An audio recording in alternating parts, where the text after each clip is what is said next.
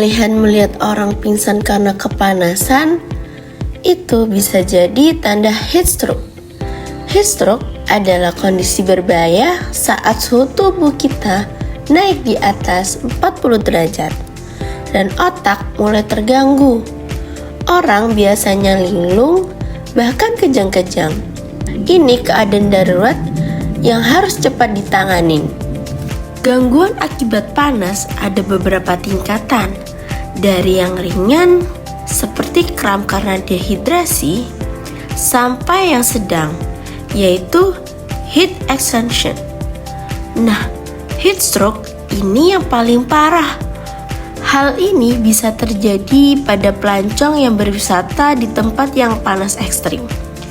Pada heat stroke, otak sudah ikut terganggu. Jadi bukan cuma lemah atau pusing, tetapi bisa bingung atau kehilangan kesadaran. Kalian tahu nggak, tubuh kita sebenarnya punya cara alami untuk mendinginkan diri. Misalnya lewat keringat. Namun, kalau suhu lingkungan terlalu panas atau kelembapan terlalu tinggi, keringat tidak bisa menguap dengan baik. Akibatnya, panas terperangkap di dalam tubuh.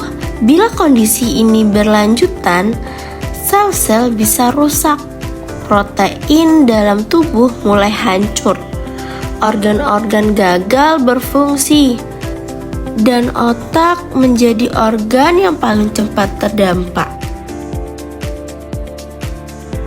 Jadi bagaimana sih mekanisme mengapa heat stroke ini bisa terjadi? Heat stroke bisa terjadi kepada para pelancong yang sedang berwisata karena tubuh mereka tidak mampu lagi mengatur suhu akibat paparan panas lingkungan yang berlebihan. Saat berwisata, terutama di tempat dengan suhu yang tinggi atau aktivitas fisik yang berat seperti berjalan jauh, mendaki, atau beraktivitas di bawah terik matahari, tubuh menghasilkan panas yang lebih banyak. Normalnya, tubuh akan mendinginkan diri melalui keringat dan pelebaran pembuluh darah di kulit. Namun, jika asupan cairan berkurang, kelembapan udara tinggi, atau suhu sekitar sangat panas, mekanisme ini bisa gagal.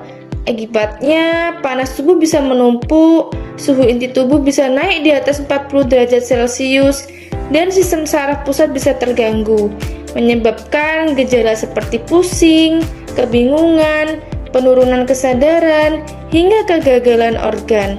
Apa sih yang bisa kita lakukan?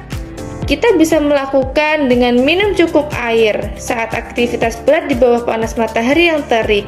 Kemudian istirahat rutin di tempat yang teduh ya.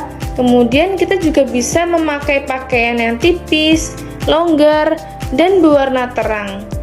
Kemudian jika terlalu terpapar panas matahari, kita bisa menggunakan topi dan juga payung.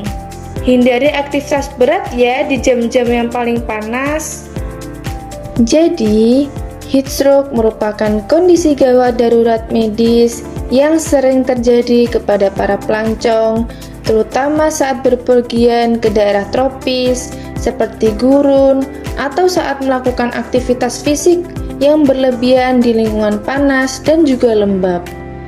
Dalam travel medicine, heat stroke penting diperhatikan karena hal ini dapat muncul tiba-tiba akibat kombinasi suhu lingkungan yang tinggi, dehidrasi, pakaian yang tidak sesuai, dan aktivitas berat.